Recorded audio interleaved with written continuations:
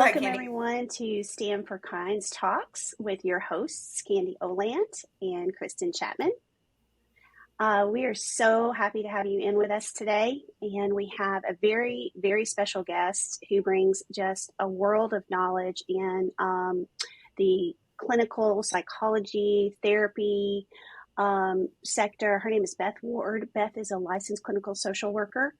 And we're just really glad to have her here today to talk about transitions with teens and those going into college and career path. So, Beth, it's just wonderful to have you. Thank you, Candy.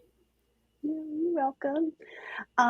Let's talk about, or let's give you the mic for a minute and tell us about you. Tell us about Beth, like, some of your backstory, where you're from, how you got into social work. What really motivates you to stay in the space? Because it's tough. Sure. That's kind of a long story. I've been in this space for a while, so I'll try to give you the short version. I actually started college in nursing. And somewhere Really? in that, I used to read the little Florence Nightingale books, the Clara Barton books. I was on board for nursing. Oh, And when I started college, I got a psych class. And I'm like, wait a minute. I could still work in a hospital setting, but not have to do the actual wound care and those kinds of things. And I was more interested in people's issues. So after grad school, my first job was in a medical hospital, and I just wanted to get into psych. So I've had a great, great career. I worked in a private psychiatric hospital as a family therapist on an adolescent unit. And then I became the director of the adolescent unit. And then from there, I just kept going up. I was the director of the whole hospital. And then after that, I was in Charlotte, North Carolina, and I was in private practice probably for close to 20 years. And then when my son went away to college, I had the opportunity to go live on the coast, on the beach. And I got to work with special forces. sweet. So that was way cool to work with those warriors. So I always say that I'm just like a unicorn as far as my career as a licensed therapist. I don't think anybody's been and done the things that I've had the opportunity to do. So that's such a blessing. And most recently, I've been working at a clinic with ketamine. So it's been great to see that intervention. So that's kind of. So you've probably seen some vets come through there too, right? Yes. I love working with those guys. Have you seen some adolescents come through as well?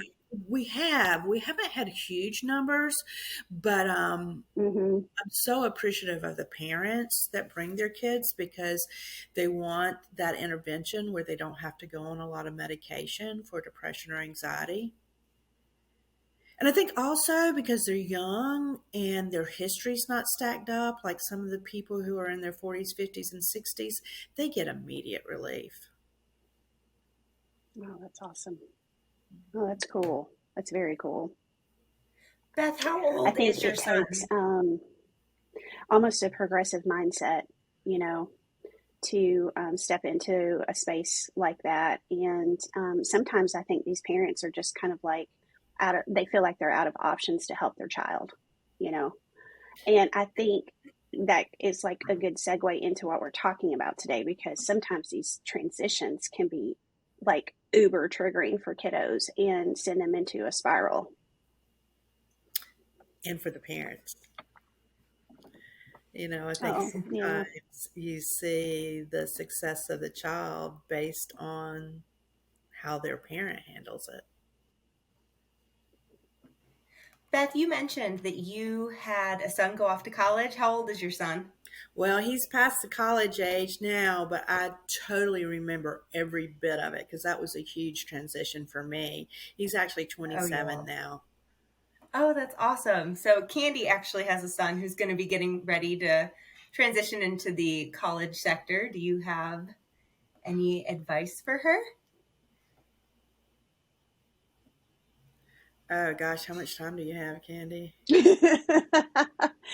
Man, I'm telling you, Beth, anything you can lend Oh, He I got just, so many stories. kiddo, he struggles with transitions, like, okay, so he's transitioning back in now from winter break, and then new classes, right? New semester, new classes, new educators, new kiddos in those classes.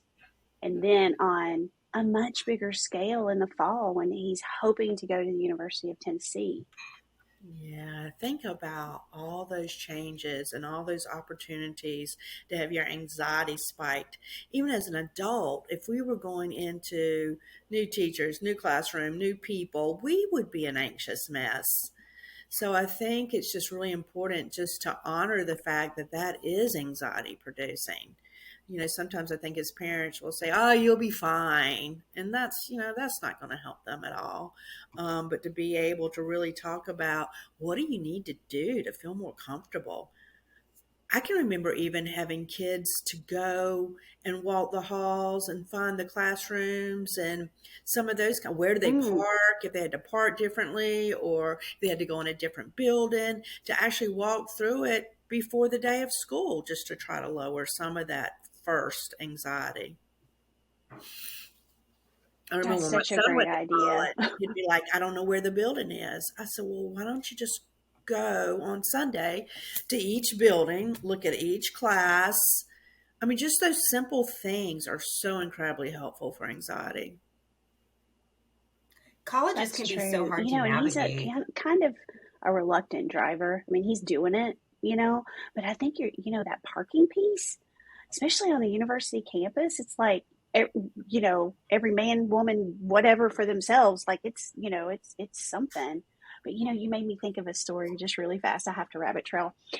When he was really young, we signed him up for this very like bougie camp for kids, in town. And we saved and we were so excited to be able to send him to it. And we thought, gosh, this is going to be the experience of his childhood. And I was like, I know how he is with transitions.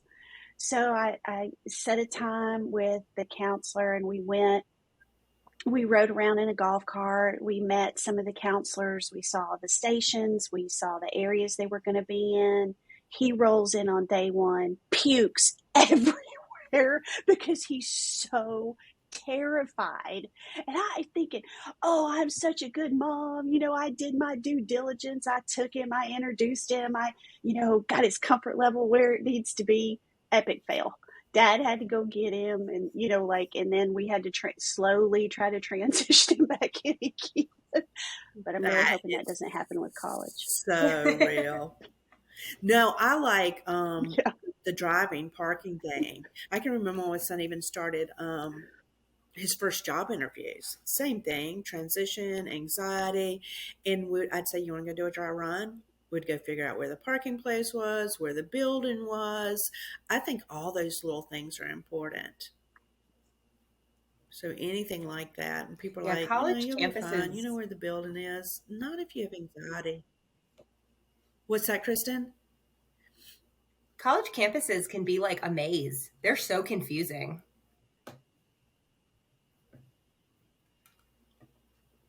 And then I know you guys have experienced you've got a 9 o'clock here and a 10 o'clock there, and you have no idea how you're going to get to there on time. Hmm. That's so true. Yeah. What about okay, so you're talking about, you made me think of something because Kristen and I are working on some YouTube shorts of content. And one of them that we just finished is anxiety versus stress.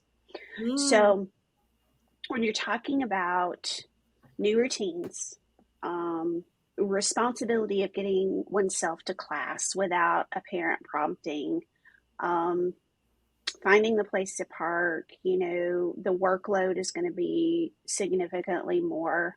Like, how do you deal? How do you know if it's anxiety or is it a natural body's stress response to a new situation?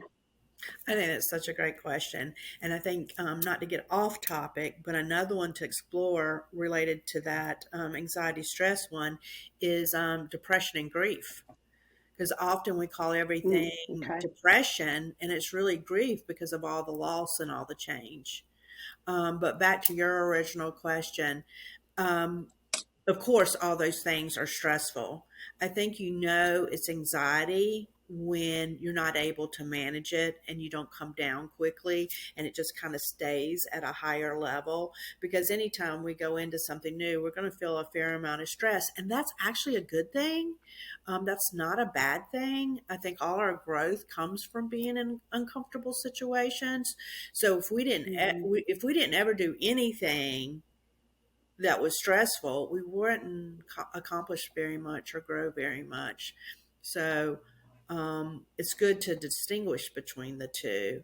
So I guess what I'm saying is anxiety would show itself more over a period of time and a consistency, and you would start seeing it in other behaviors, far as withdrawing from things, not being able to sleep, not being able to eat, having panic. There'd be lots of other symptoms that would show up.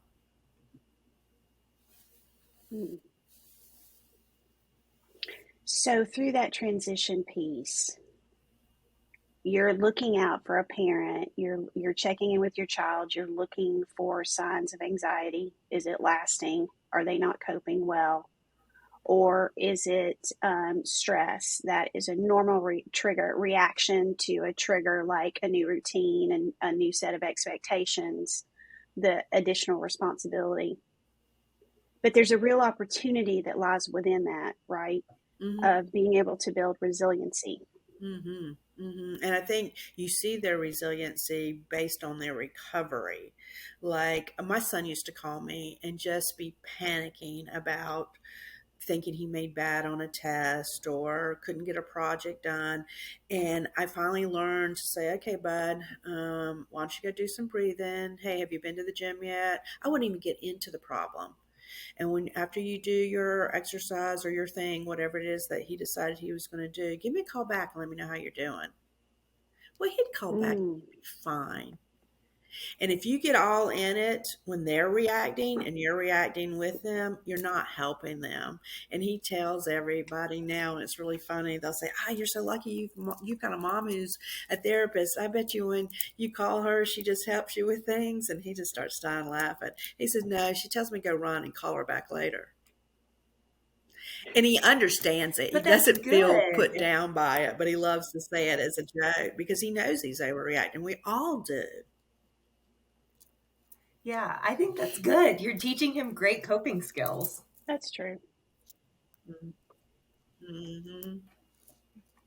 And people don't really understand sometimes what coping skills are because we think they're these like, what's a coping skill? But they're really grounding techniques, just very simple things, and different things work for different people. And I think sometimes we minimize them. But the goal is just to get people back into their bodies to be able to make good decisions for themselves versus just feeding that anxiety. And it can be something as simple as what we've just said, breathing or movement.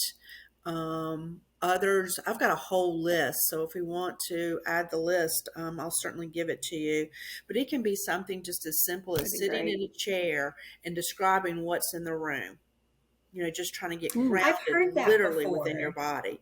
When I was in private I've heard practice and that people would, yeah, have you? that technique, the like you like Have you spot done 5 it? things and like 4 things you can touch and 3 things. There's like a 5, Exactly. 4, 3, 2, 1 thing. Yeah, I've seen that.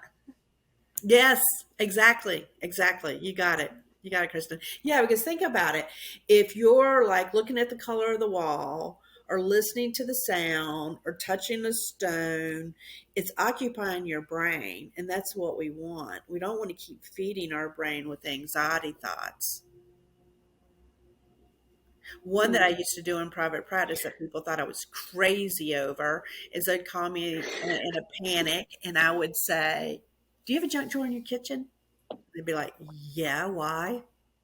And I said, "Well, I want you to go What clean." normal person does not have a junk drawer? I'm sorry. I just had to say that. Like everybody has to have a junk drawer. It's I was just always a pretty thing, safe with that, man. right? Pretty safe with that one.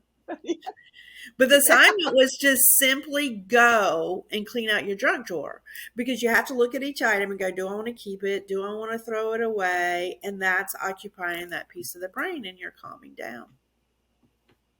Mm. Wow, that's really cool. Yeah, it's good stuff. So I'm thinking about Trevor and Okay. just all the kiddos out there that are the transition. Like, okay, so Kristen and I have experiences that we were former educators. We'll always be educators. It's in our hearts, our souls. It's just who we are, and we bring that experience, right, Kristen, to stand for kind Mm-hmm. and that perspective. Um, and we see kiddos, or we saw kiddos, and now I have experience with Trevor and his friends and the things that I see them deal with on a daily basis. The world's complicated. You know, it's always been complicated, but it's relative to your time and place in it, right? Your space in it. It's relative to you, and the things that you encounter feel heavy for you or they feel happy, and you know, it's very individualized, right? But as a parent, like, you know, you want to kind of swoop in and you want to kind of fix it, where what you were talking about with your son is walking alongside him, but you're not carrying the burden for him, but you're trying to give him a way to cope, use something that you know that works. So you mentioned some like positive coping skills and some things to do.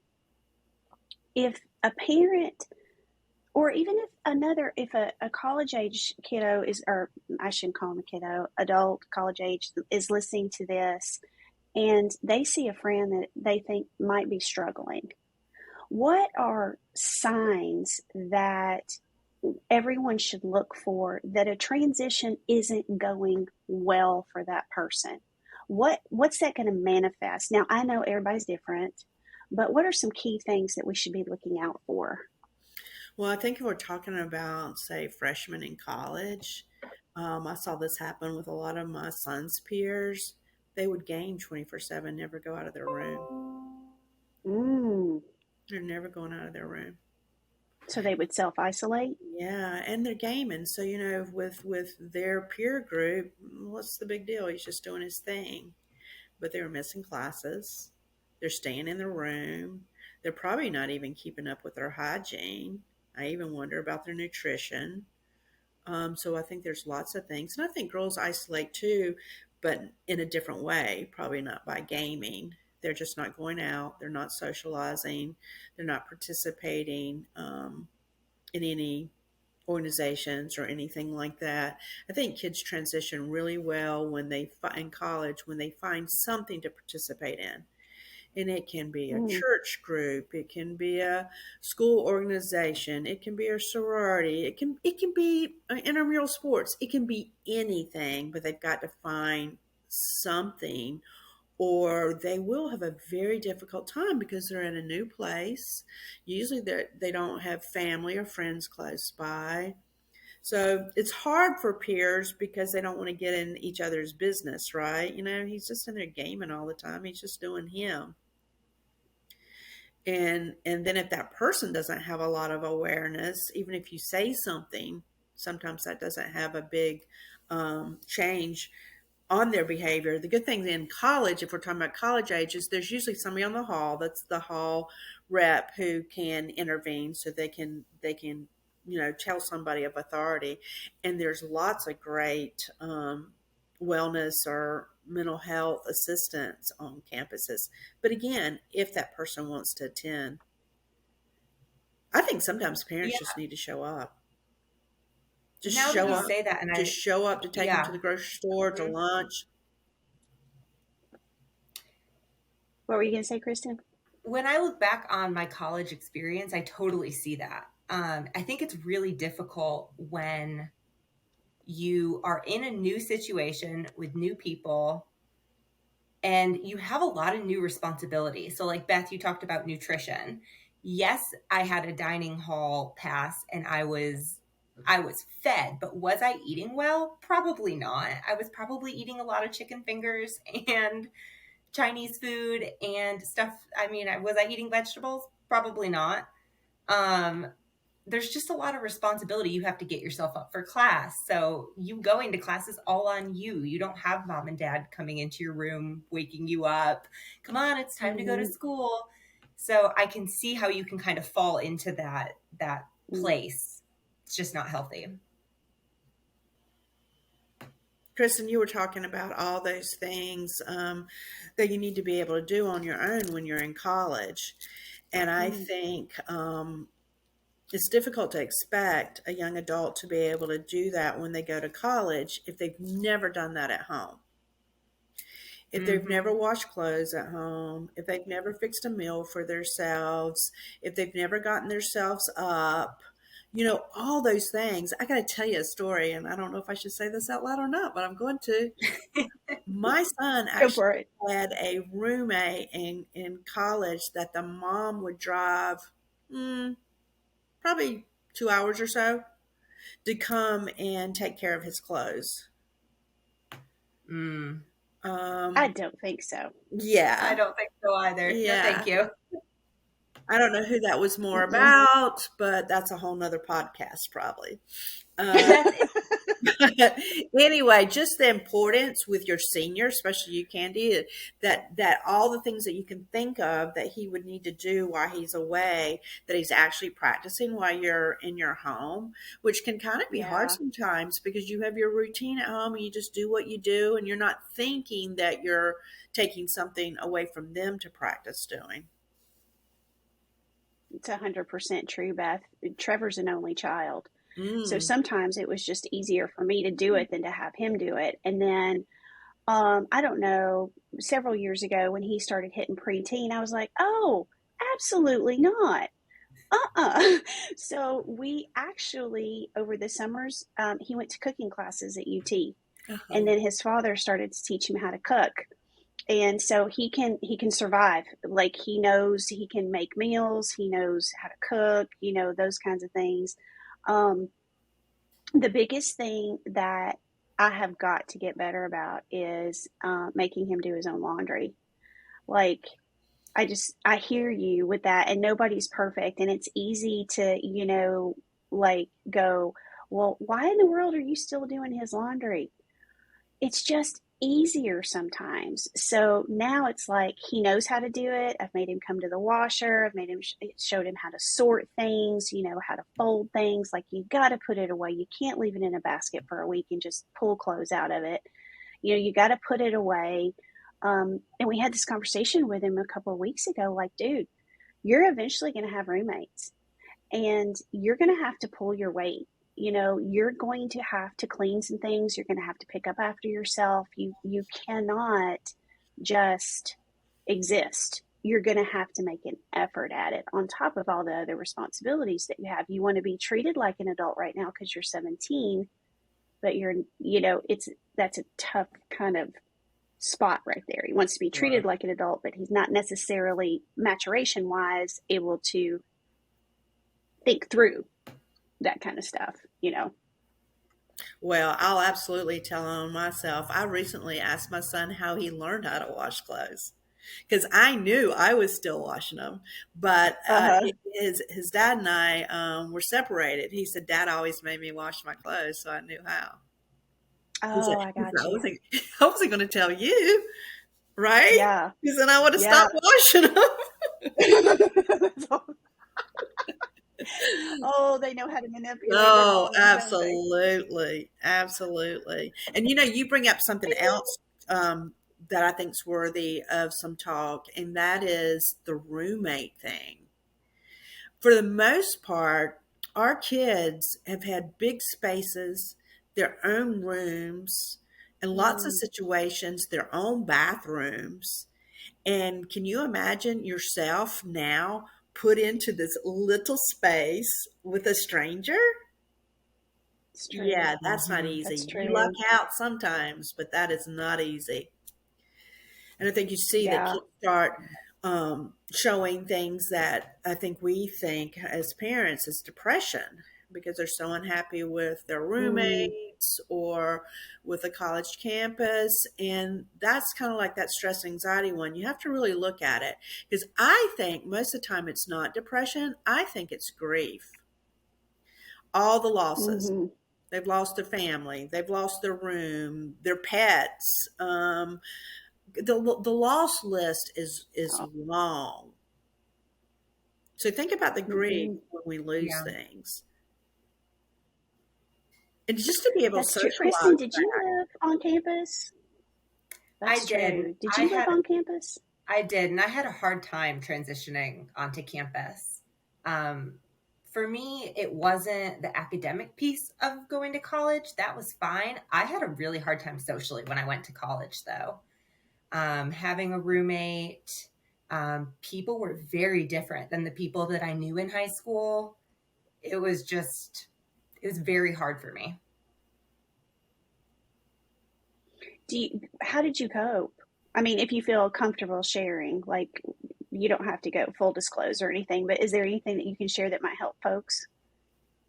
I leaned on my mom a lot. My mom actually worked at the campus that I went to, so I text her a lot. I called her a lot, talked through a lot with her. No.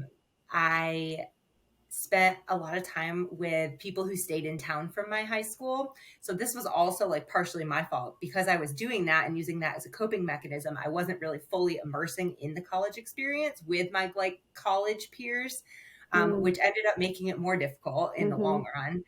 I did have a job, same job that I had in high school because I stayed local for college. So I had a lot of friends there and I would hang out with them. And it took me probably the first semester, like the whole first semester, to really assimilate and like get in there and make friends. Second semester was way better than first semester. The whole first semester, I just wanted to transfer. I wanted out. I didn't like it. I didn't like the campus. I didn't like my roommate. I did not like the people that lived on my floor. I was a cheerleader, preppy, Abercrombie girl in high school. And then I went to a technical college with a ton of engineers and computer science majors. It was very different. It was also a lot of guys. My college was 70% male and only 30% female. Wow. So it was it was very different experience. I'm so glad I stuck with it. My mom really encouraged me to stay and stick with it. Because she worked at the university, I had free tuition, and she was like, you don't know what you're going to get into if you leave. It's a very expensive world out there. And so that was kind of also a factor of why I stayed. But I'm so glad I did. I made my absolute best friends that I'm still best friends with to this day at that college. And I did get there eventually socially, but man, it took me a while. So if you are going into this situation, you are going into college, or maybe you're already in college and you are not loving it, just give it a fair chance. Give it at least a year before you make any harsh decisions. Because had I left after that first semester, I would have really regretted it, knowing what I know now. Yeah, I think, Kristen, your So experience you have to is give a probably, little time. yeah, it's probably very common. And I think really hard on parents to be able to tell whether they should make them stay or let them come home. I had a client one time, and I love this mother that she did this. She tried to hear that her daughter absolutely wanted to come home, like all the things that you just said. And she'd be like, all right, babe, well, I want you to go to one club meeting this week. Or I want you to, every week, I want you to just show me, that you're going to go to one thing, go to that event. And the child was willing to do it because her mom said that if she did that for whatever rest of the semester, I think it was, she wanted her to complete the semester, she was going to get to come home. So she did it. And of course, by the end of the semester, she was okay because she had gone. And you know what? Had she not been okay after the end of the semester, then I think you have to listen to her. And there's so many choices. Everybody doesn't have to do it one way. She can come home, because I think we make a mistake too by telling our kids they have to stay. And then you run into some other things with their mental wellness. Or I don't know if you guys know this, probably so, that if there's not a release sign, the parent doesn't know the grades. They're paying for the education. They don't know the grades, and their kids are flunking out, and they don't even know it. I remember doing that right off the bat. I'm like, you are signing this form. I'm paying for your school. The report card will come to me. It came straight to the kids, and the parents weren't knowing. There's a lot there. If you don't know your kid's failing, it's really difficult to try to support them. Mm-hmm. It is so hard to know, to be able to support them.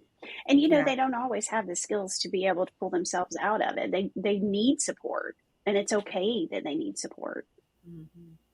You don't Yeah. want to carry the burden like we talked about earlier, but you got to help them. Mhm. Help them with somebody to talk to, or coping skills, or things to try. All those things we talked about earlier.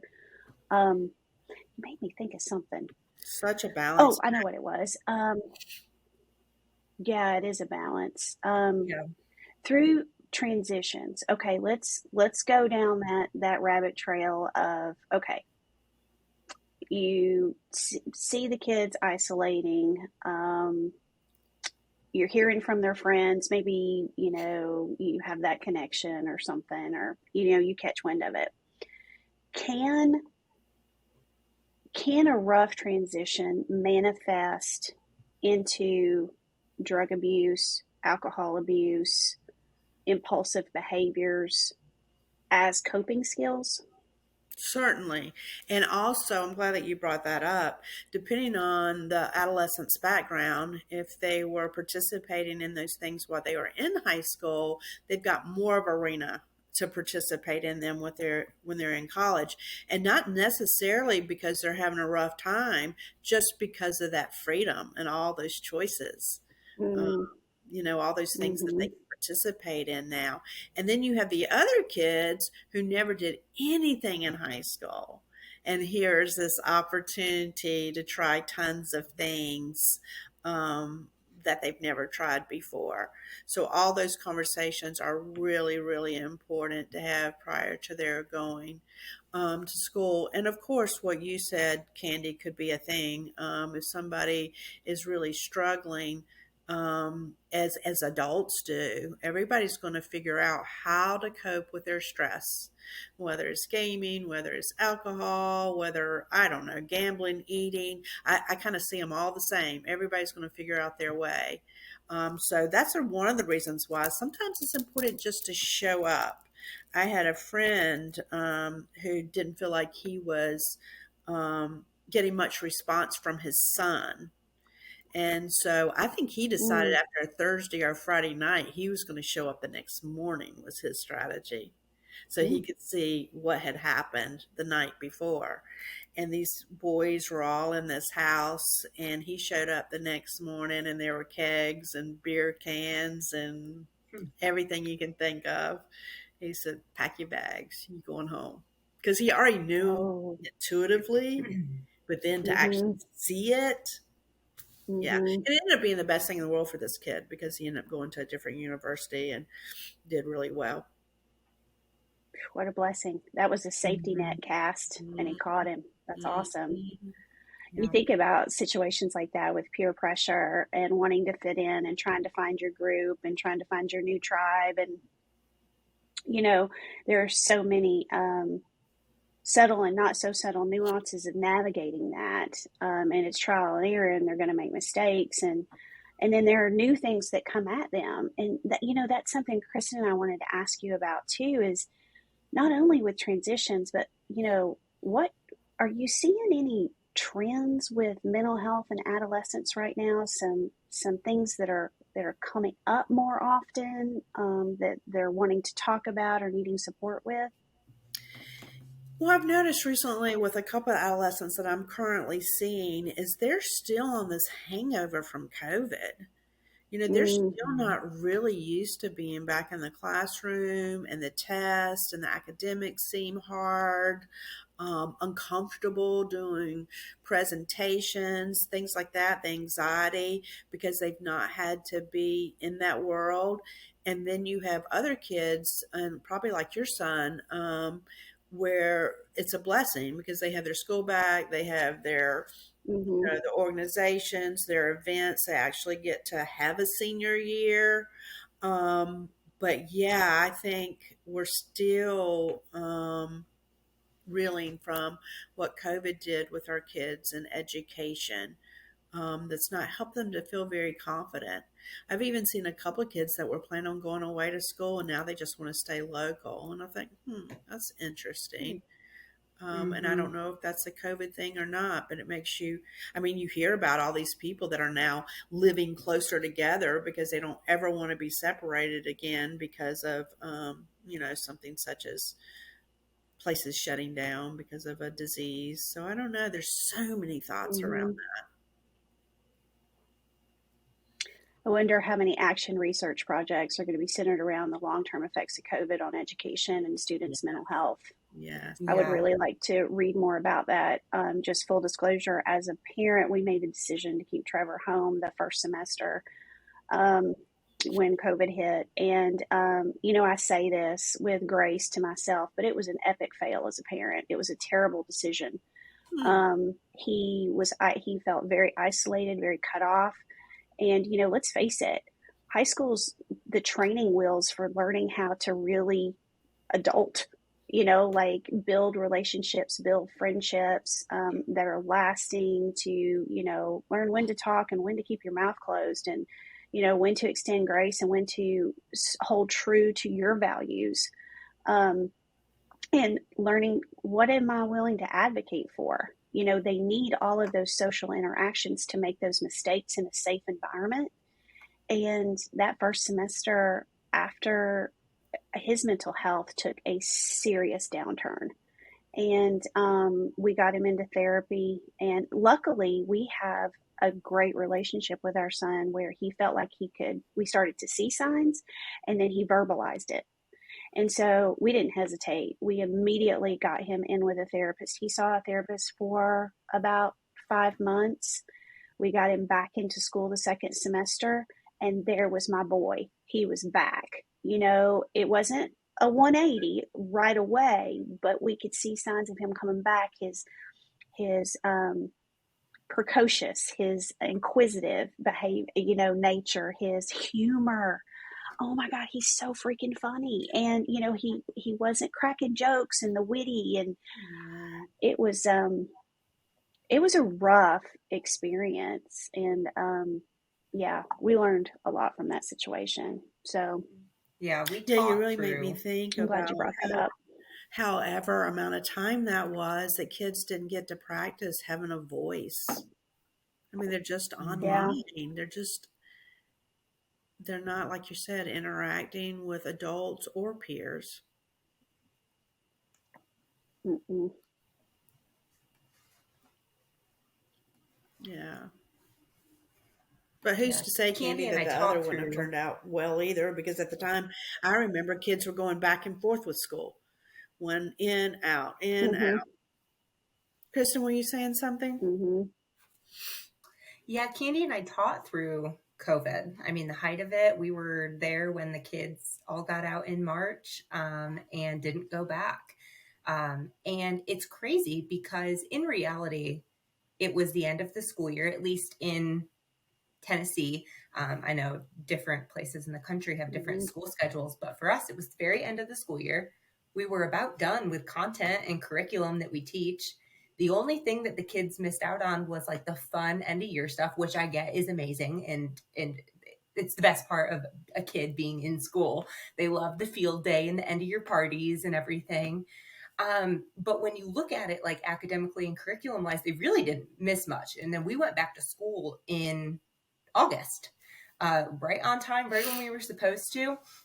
And it is absolutely amazing and fascinating to me how those 8 weeks changed everything.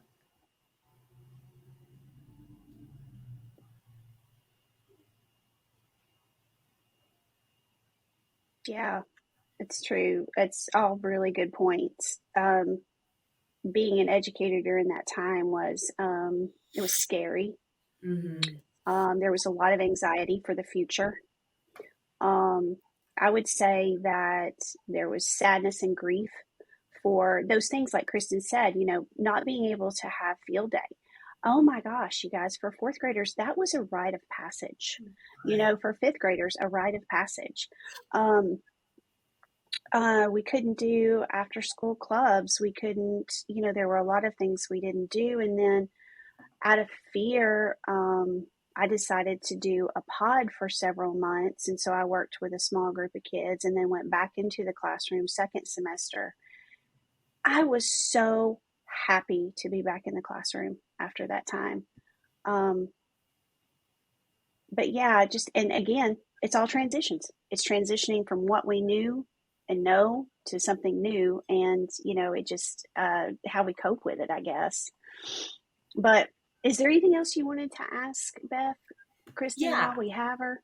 Yeah, so we've talked a lot about kids transitioning into college and different transitions through their schooling, but what if someone doesn't go to college? What if they don't want to go to college? What if they want to go a trade route? Do you have any recommendations for them or any advice?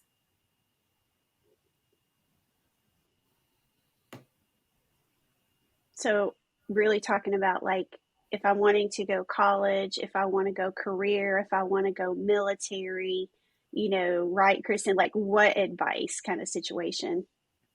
Well, the first thing I always like saying is no decision's wrong. We're always trying to make the right darn decision, and I'm not sure why, because we can only make the decision we can make at that time. And I think we make a mistake by raising our kids like, you got to make the right decision. You got to make the right decision. Certainly, we want them to make a decision. Please understand what I'm trying to say. But far as college or military, I say you try it. And if you decide that it doesn't work for you, you try the next thing.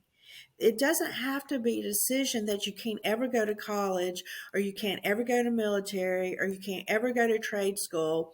In fact, I don't know if this is a trend for you guys where you live, but in North Carolina, I know a lot of kids that weren't really ready to go to college, like say they couldn't get in or Mm-hmm. say they didn't have the money for it.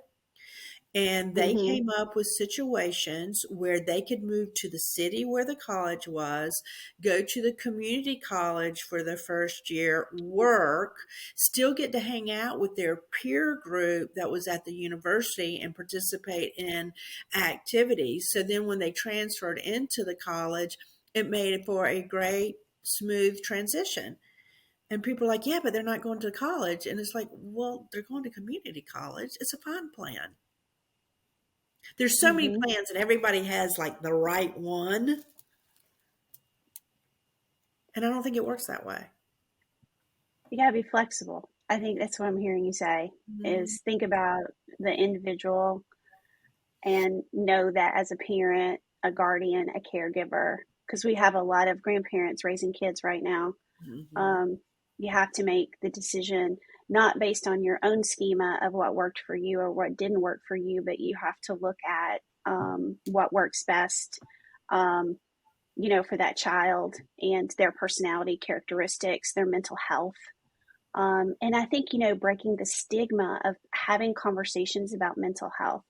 Um, if you are in fight or flight all the time, it's very hard to be successful. If you're depressed or you have anxiety that's lasting for months and weeks, it can be crippling.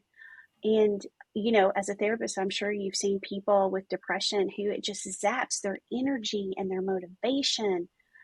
And, that's just not what you want the college experience to be. You want it to be something that they, you know, thrive and it's great years of their life and their challenges and they show up and they and or they go into a career eventually and they're able to be a meaningful part of that organization, or they go to the military and they have a successful career. It's just whatever, it looks differently for everyone. But I think we've talked a lot about a lot of really cool things today and some things that are tough to think about and decisions that parents and caregivers face with their adolescents. And Beth, I just really appreciate your time and your wisdom and your insight. Um, is there anything that you would want to close with? Any last bit of advice for parents and teens with transitions? Well, I'm always saying, the communication, because you can't expect to have great communication with your kid when they go away if you're not currently having it. And so often our lifestyles are so busy with our own adult career choices. So I would encourage anybody who still had a senior at home or even younger to have a ritual of communication so that that ritual could continue when they do go away, whether it's military or college or trade school. Thanks for having me. It's great advice. Thank Oh, you, it's a Beth. pleasure. Love talking to you. Yeah. Yeah. Well, thanks so much, everyone. We appreciate you joining us today for Stand for Kind Talks with Beth Ward. And Beth, we look forward to maybe seeing you again and talking about some other mental health issues or best practices that we can do to just be more mentally fit. Well, I would like that. That'd be excellent. Thank you both.